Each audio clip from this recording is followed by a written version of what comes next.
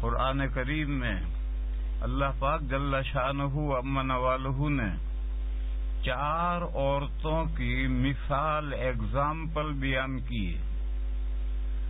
2 بندیاں، ان کو بہترین ماحول ملا،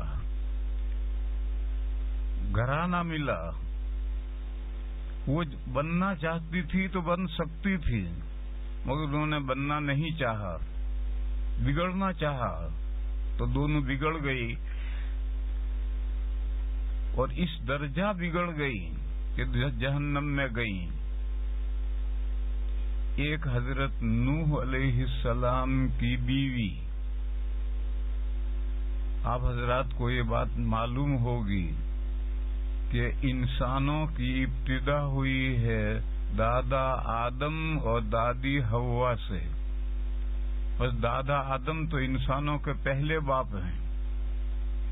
پھر جتنے بھی بڑھے، جتنے سالوں میں وہ حضرت نوح علیہ السلام کے طوفان میں سب غرقاب ہو گئے، پانی میں ڈوب گئے. صرف کشتی میں جتنے لوگ بچے تھے انہی کی نسل آگے چلی. پھر ان کی نسلیں بھی آہستہ آہستہ ختم ہو گئیں، اور صرف نوح علیہ السلام کے 3 صاحبزادوں کی نسلیں چلتی رہیں. قرآن کریم میں سورہ صافات میں ہے وَجَعَلْنَا ذُرِّيَّتَهُ هُمُ الْبَاقِينَ. طوفان نوح کے بعد ہم نے نوح علیہ السلام کی اولاد ہی کو باقی رہنے والا بنایا. دوسرے لوگ جو کشتی میں حضرت کے ساتھ سوار ہوئے تھے کہتے ہیں کہ 80 یعنی 80 مرد اور عورتیں مل کر 80 سوار ہوئے تھے، مومنین تھے. ان کی سب کی نسلیں ختم ہو گئی. نوح علیہ السلام کے 3 بیٹوں کی نسلیں آج پوری زمین پر آباد ہیں.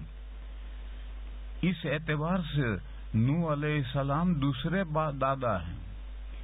آدم علیہ السلام تو پہلے دادا ہیں اور نوح علیہ السلام دوسرے دادا ہیں. ان کی ایک بیوی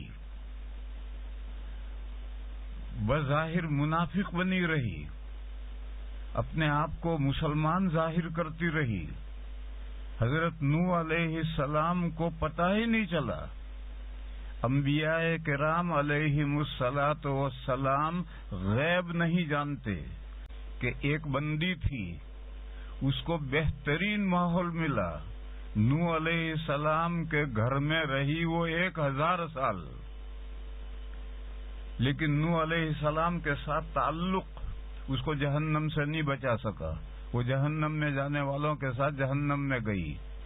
کیونکہ انسان اپنے آپ کو بنانا چاہے تو بنا سکتا ہے، اور بگاڑنا چاہے تو بگاڑ بھی سکتا ہے. نوح علیہ السلام کی اس بیوی نے اپنے آپ کو بگاڑ لیا تو جہنم رسید ہوئی. اگر وہ بناتی، اپنے آپ کو بناتی، اپنے آپ کو نیک بناتی، ایمان لاتی اور عمل صالح کرتی تو ایمان لانے والوں کے ساتھ جنت میں جاتی.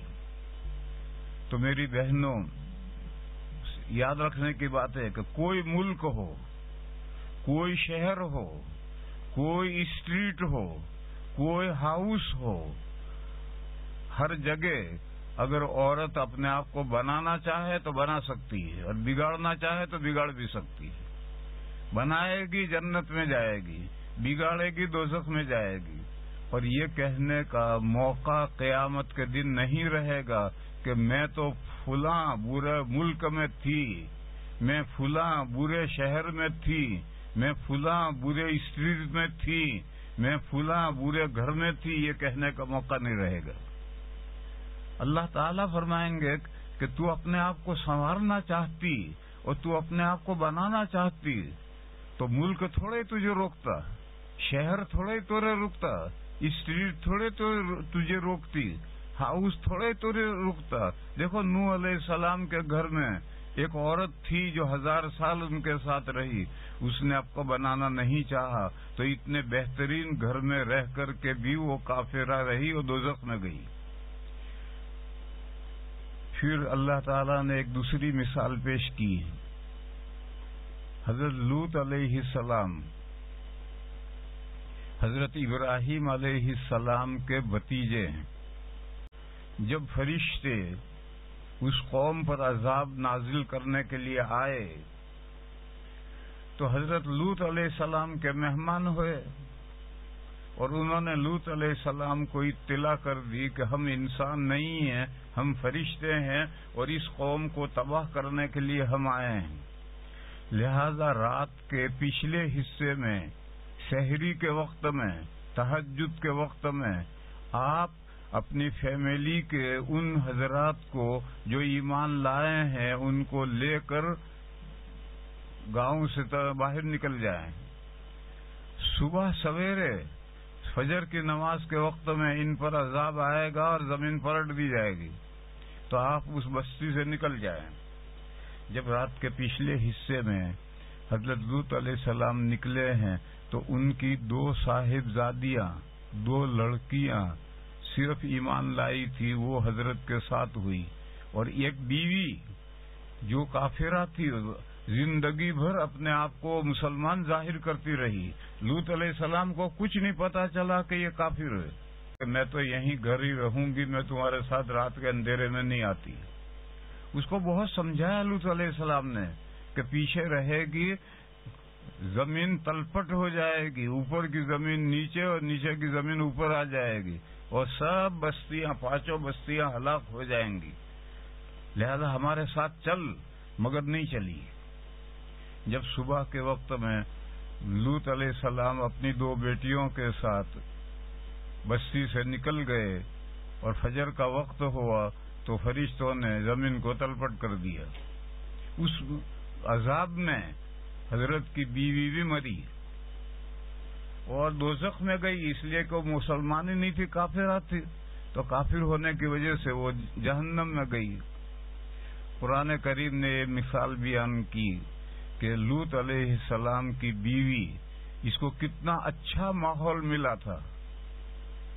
ایک پیغمبر کے گھر میں تھی، کتنے دن پیغمبر کے ساتھ رہی، اللہ جانے کتنے دن ساتھ رہی، لیکن ایمان نہ ہونے کی وجہ سے وہ نبی کے گھر میں رہ کر بھی کافرہ رہی. فرعون کی بیوی حضرت آسیہ رضی اللہ تعالی عنہا کی، یہ فرعون کی بیوی تھی، اور فرعون کا دعویٰ تھا انا ربکم الاعلی، اعلی، میں تمہارا سب سے ہائی کلاس، اونچے درجے کا پروردگار ہوں، میں تمہارا خدا ہوں اور سب سے بڑا خدا میں ہوں تمہارا. اس کی بیوی تھی. اللہ تعالی جل شانہ عما نوالہ نے حضرت مریم رضی اللہ تعالی عنہا کی مثال بیان کی. حضرت مریم حضرت عیسیٰ علیہ السلام کی ماں ہیں. ماں ہونے کے علاوہ وہ حضرت عیسیٰ علیہ السلام کی صحابیہ بھی ہیں. تو یہ سب کا، زکریا علیہ السلام کو یہودیوں نے قتل کیا، یحییٰ علیہ السلام کو قتل کیا، عیسیٰ علیہ السلام کو بھی قتل کرنا چاہتے تھے، مگر اللہ نے ان کو بچا لیا، ان کو آسمان پر اٹھا لیا. تو ماحول اتنا برا ہے اور خاندان اتنا اچھا ہے، دونوں باتیں جمع ہیں. اب حضرت مریم کدھر جائیں؟ خاندان اچھا ہے لہذا وہ اپنے آپ کو اچھا بنائے، یا ماحول برا ہے تو اپنے آپ کو وہ برا بنائے؟ انہوں نے اپنے ماحول کو، اپنے خاندان کو پیش نظر رکھ کر اپنے آپ کو اٹھایا، بلند کیا اور اب ایمان لائی.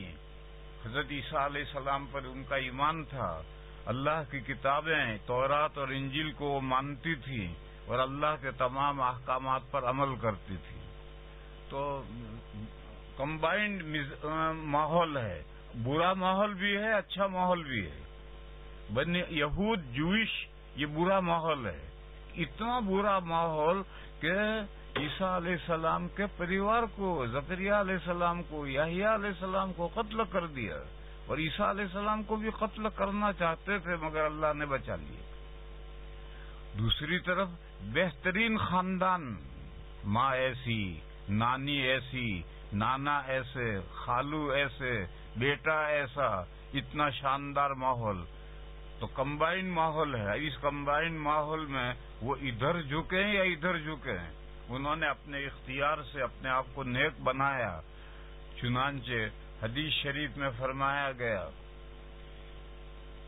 کہ مرد تو بہت سے باکمال ہوئے ہیں، عورتیں زیادہ باکمال نہیں ہوئی، صرف 2 عورتیں باکمال ہوئی، ایک فرعون کی بیوی آسیہ اور ایک حضرت مریم کی والدہ، حضرت عیسیٰ علیہ السلام کی والدہ مریم، یہ 2 عورتیں کامل ہوئی۔ تو میری بہنوں، اسی طریقے پر سمجھ لو، بات کو مختصر طریقے پر سمجھ لو کہ انسان اس دنیا میں 2 راہیں پر کھڑا ہے، 2 راستے ہیں، دائیں طرف بھی راستہ جا رہا ہے جنت کا راستہ ہے، بائیں طرف بھی راستہ جا رہا ہے جہنم کا راستہ ہے۔ اب انسان کو، مرد کو اور عورت کو کدھر جانا ہے، کس راستے پر چلنا ہے، اپنے آپ کو بنانا ہے یا بگاڑنا ہے، یہ انسان کے اختیار میں ہے۔